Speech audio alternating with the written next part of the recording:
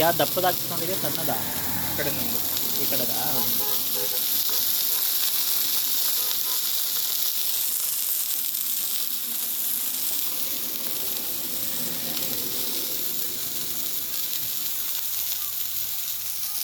ಖಾರ ಏನೂ ಹಾಕಿಲ್ಲ ಇನ್ನು ಹಾಕ್ತಾರೆ ಇನ್ನ